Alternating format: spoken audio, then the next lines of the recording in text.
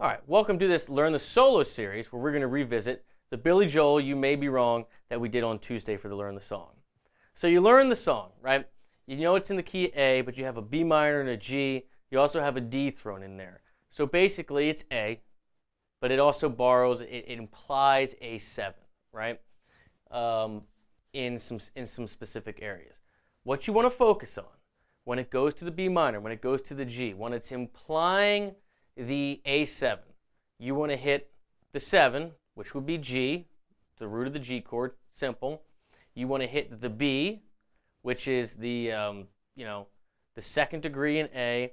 It is also going to be the root of the B minor chord, clearly. And then the D. The D is fourth in the key of A. It is the root when you go to D, so when you go to A mixo, it sounds like D, right? But it is also in the key of G. It's in the chord G as well. It's the fifth in G.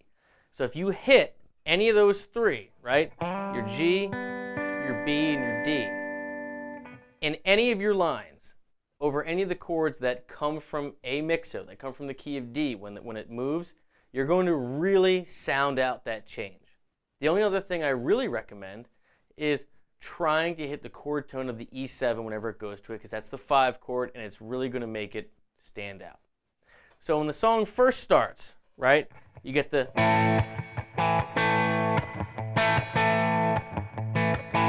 and you get Billy's line.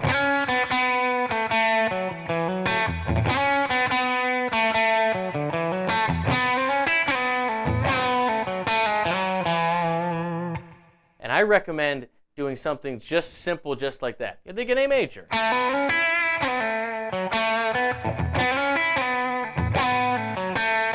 And again, you don't have to follow this note for note. All I'm thinking about is going up to the major third, hitting something up here, coming back down to the root, and then when I get to the E, hit some chord tone of E. I'm choosing to do the root. You could do the second, but I think it makes sense to wait for that, right? So in the verse, he does that again.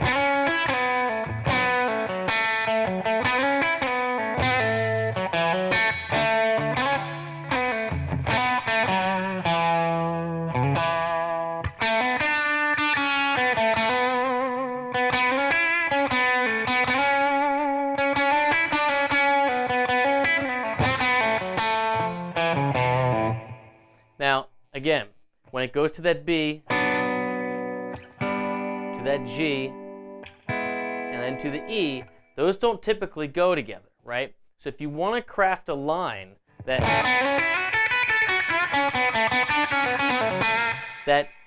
feels like A is home, and you want to capture all these, here's what you do. When it goes to the It's Only Having Fun part, where it goes to the B, I recommend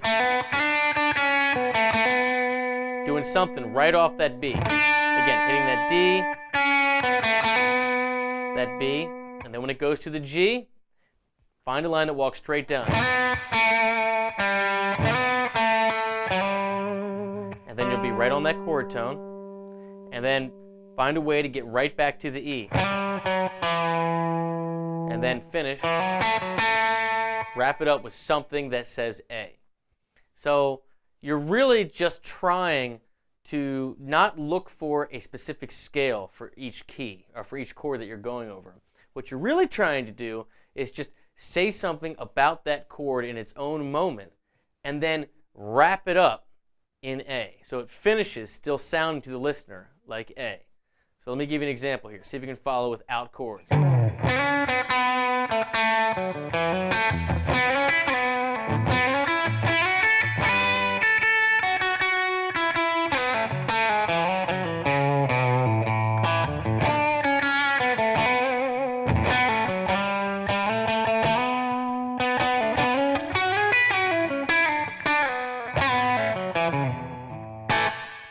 Now, what I did there, I know I kind of did some running around, but all I'm thinking is I'm thinking A, and then I'm thinking B minor, and then I'm thinking E major, and then I'm thinking A again. I'm not thinking about changing, a whole scale pattern and jumping patterns. I'm just thinking about chord tones. And if you notice, this is kind of what you hear Billy do when he's singing it.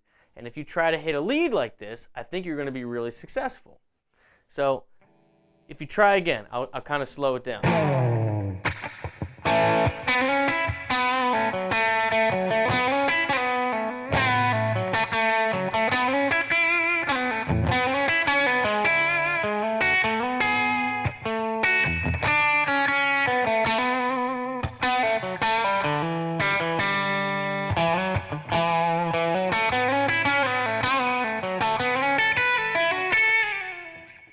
And you really hear all the different chords that are in there.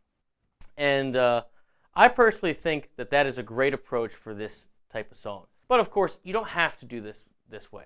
In fact, if you want to stick to your standard kind of blues bug,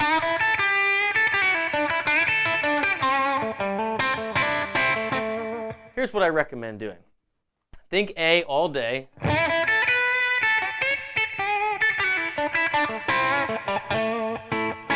And then when it goes to the E, hang on an E. When it goes to the B, hit this B. And then when it goes to the G, either hit this B or hit this G, this flat 7 right here. And you'll be able to make it through the whole thing. Check it out.